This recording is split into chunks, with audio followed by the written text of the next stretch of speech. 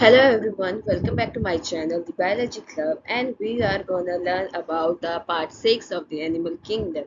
So, let me tell you what we are gonna learn about today. We are gonna learn about today about two phylums. The first one will be the Aschelminthes. Okay, now this Aschelminthes is also known as one more thing. Can you name it?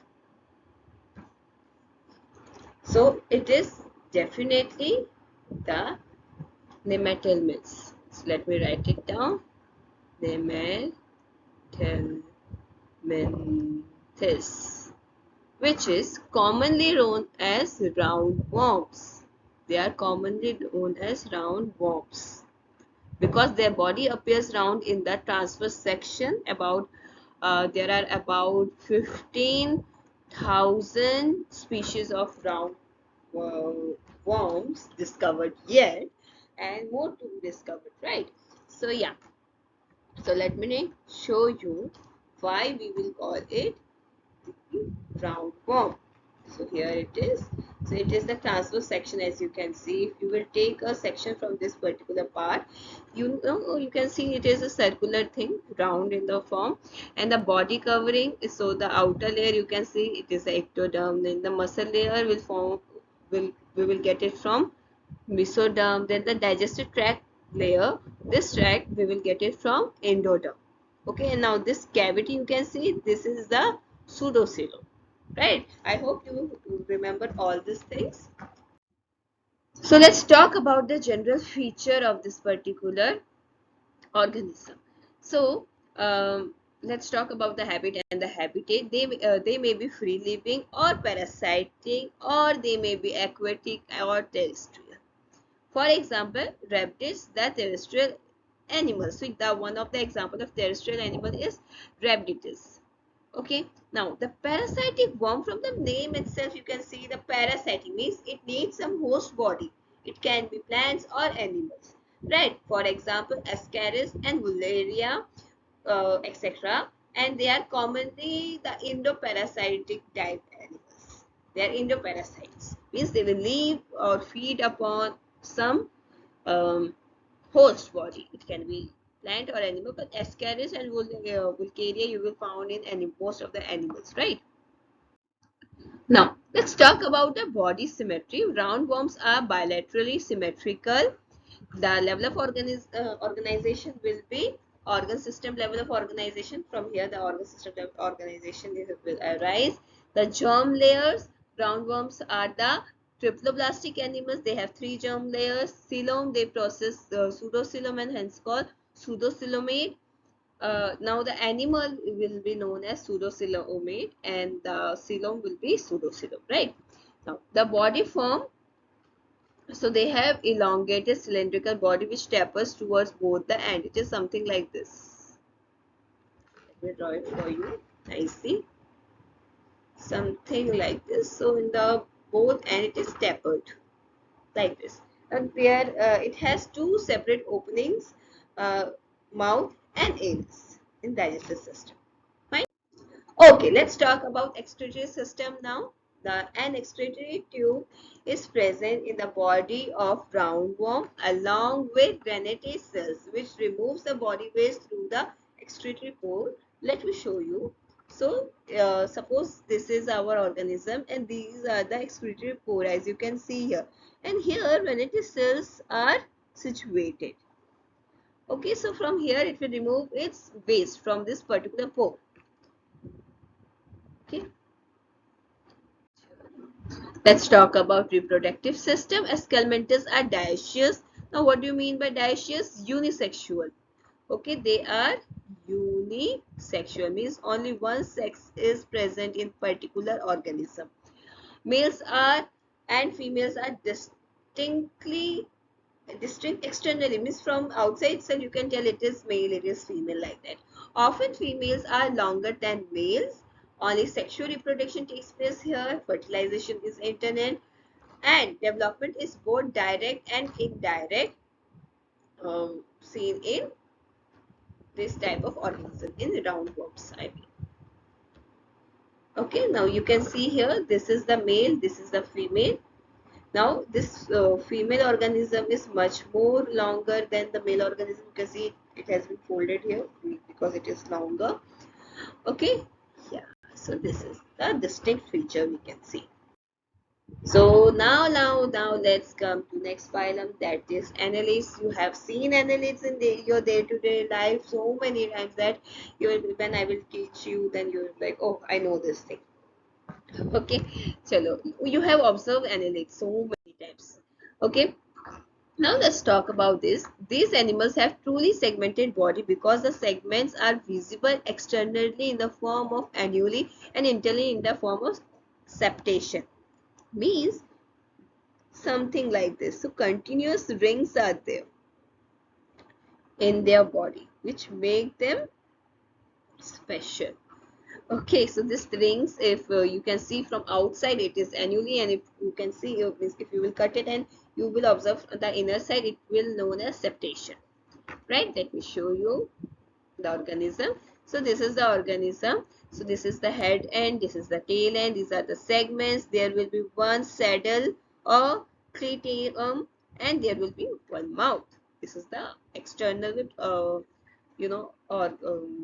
labeling of the organism. Now the segmented body allows a greater degree of movement.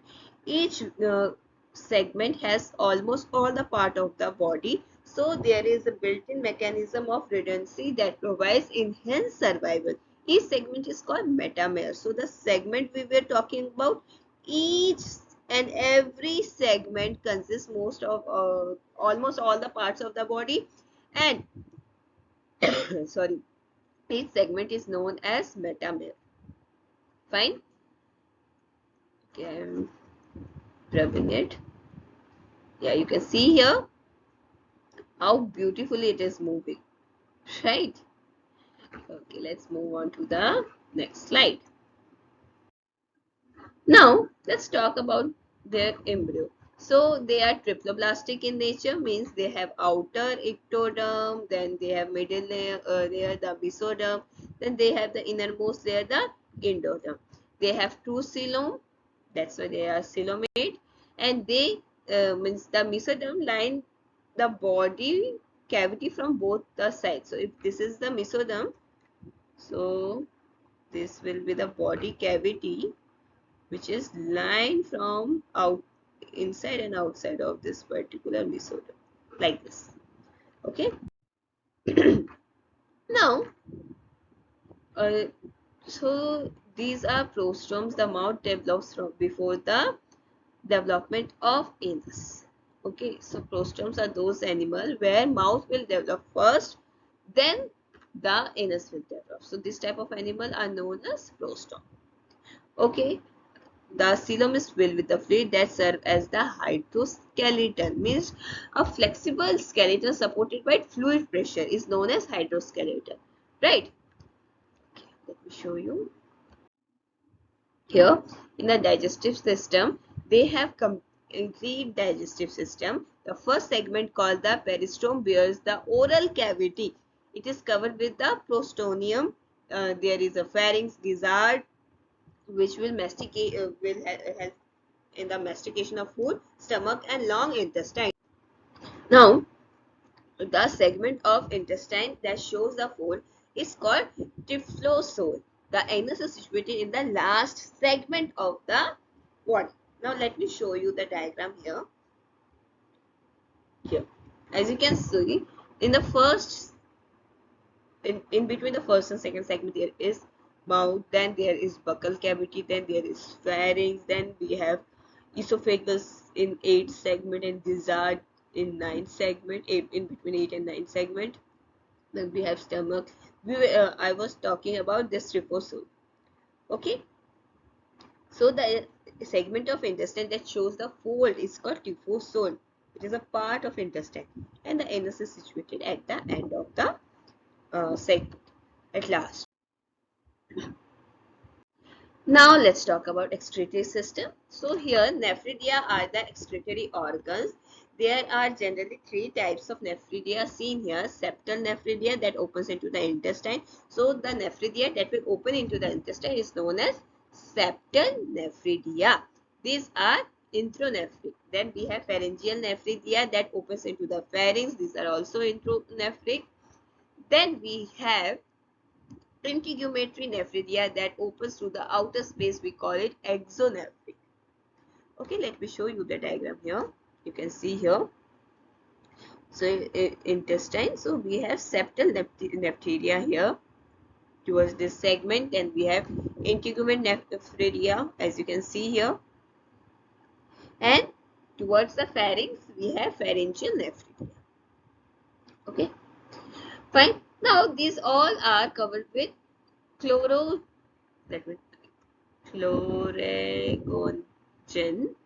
cells. Okay, these are also known as excretory organs that absorb the excretory products from the blood capillaries and coelomic fluid. So these cells will absorb the excretory excretion or excretory product from blood capillaries and coelomic fluid. They open into septal nephridia basically. Okay, they will open into septal nephridia and they store fats and glycogen. What they will store? They will store fats and glycogen. Okay, this is very important thing. You will get a small, term describe chloragogen cells. Okay, so you have to write this. Now let's talk about circulatory system. They have a closed circulatory system with blood flowing in the capillaries. The blood is red due to hemoglobin present in the plasma. Okay, means yes, they will also have blood in it and they have the pigment called hemoglobin in their bloodstream. They have different component of blood also, like RBC and all. Okay, like human beings also. Then let's talk about nervous system. Oh, before going to the nervous system, you can see the diagram here, right? Okay, now from the diagram you can see there is a small segment that is the brain. Okay, it is represented by circular rings present near to the pharynx. These are there are 4 nerve cords joining it, namely dorsal cord. So here you can see 2 nerve cords, right? And overall, if you will see, there will be 4. Okay, namely dorsal cord, ventral cord, and 2 lateral cords are there. So total 4 cords are there. So it will make the nervous system of the earthworm or the annelids basically. We are taking just an example of earthworm. Let's talk about locomotion. Now, if the organism is terrestrial form, in the terrestrial form, then the setae perform the locomotion and that are situated deep inside the body. The muscle provide the contractile ability as well. You have seen before how it will move like this, like this, like this, like this. Okay. Now, parapodia are the locomotory organs in the aquatic form that also helps in swimming. So basically, they have parapodia in aquatic organism because they want swimming also. They will swim also, right? Like in Nereis. So this is how it will move. Contraction and relaxation will be there. And this is how the movement of earthworm will be there. You can observe it very carefully, right? There is contraction. And this is the direction of progress. Let me show you the Nereis also. Here. So this is the parapodia which will help in swimming. These are the setae which will help in the movement. That's all. Now let's talk about the reproduction.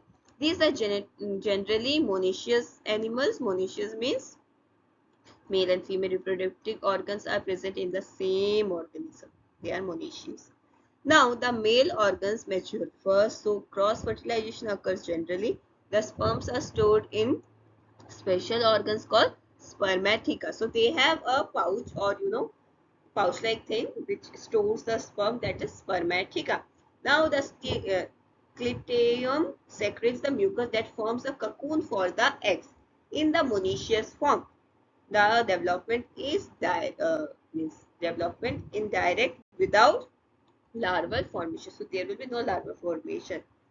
Now in dioecious form, where the sexes are separated, the development is indirect with the formation of trophophore larva. So there will be formation of trophophore larva.